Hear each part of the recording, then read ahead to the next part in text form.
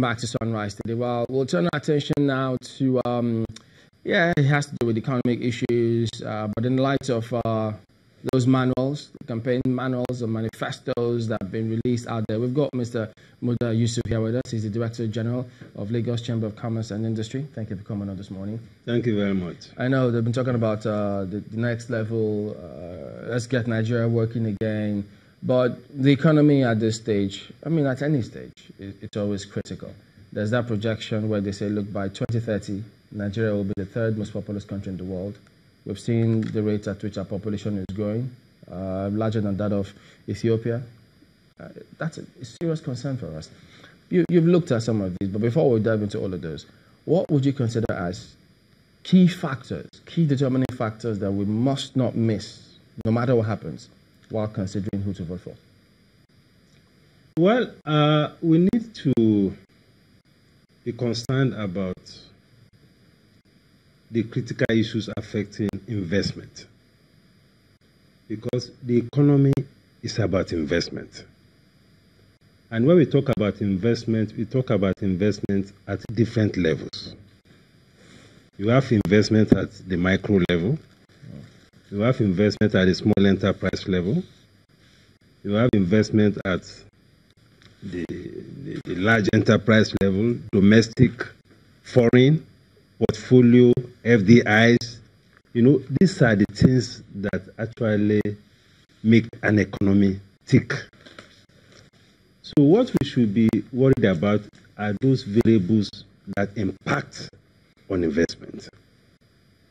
And what kind of strategies, what kind of approaches are the parties bringing to the table to ensure that we not only support existing investment and investors, but to attract more investment?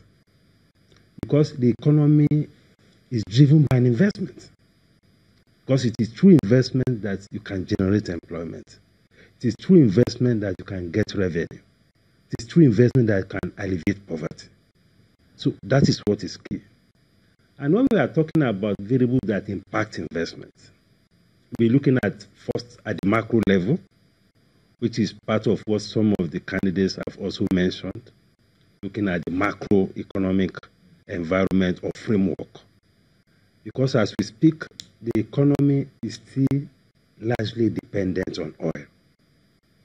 Even though there have been some efforts at diversification, agriculture, industrialization, and the rest of it. But if you look at the structure of our foreign earnings today, it is still heavily dependent on oil.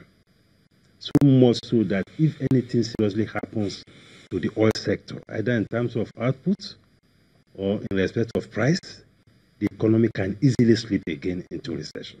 But so there are still issues as to the stability of the economy, because the stability rests on how diversified the economy is in real terms.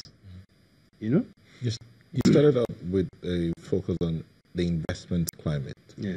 Now, would you, because one of the things that both documents have, it's about improving foreign direct investment. Some have said they've had more foreign direct investments coming in. The other document says they're going to increase it to at least 2.5% of the GDP.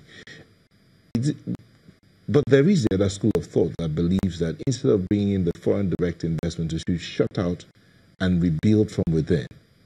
What do you think? No. That is not a good logic. You know, investment is about capital. One of the biggest challenges we have today is that we don't have the financial resources to drive the economy.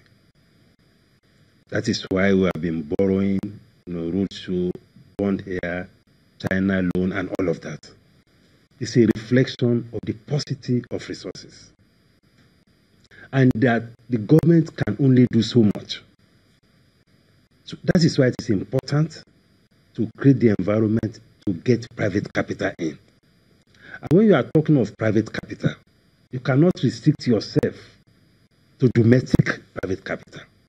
In any case, domestic private capital is even very difficult to come by. Can you get a Nigerian bank who will come and be funding infrastructure? It's not possible. Because you can't go and be funding infrastructure with an interest rate of 25%. You can't go and be funding infrastructure with a fund that is short-term fund. It cannot happen because you cannot get that kind of funding from the domestic financial system. So there's a lot of logic in getting domestic investment and also in getting foreign capital. So I don't agree with the fact that we should sort out foreign direct investment. They are all very important. You need capital from within and from without to be able to drive the economy. So whatever policies we come with should be such that it will inspire the confidence of those who want to bring in the capital. That is the critical thing. And inspiring confidence is about the way we also manage the economy. It's about the way our institutions relate to investment and to investors. It's about the kind of policies we put in place.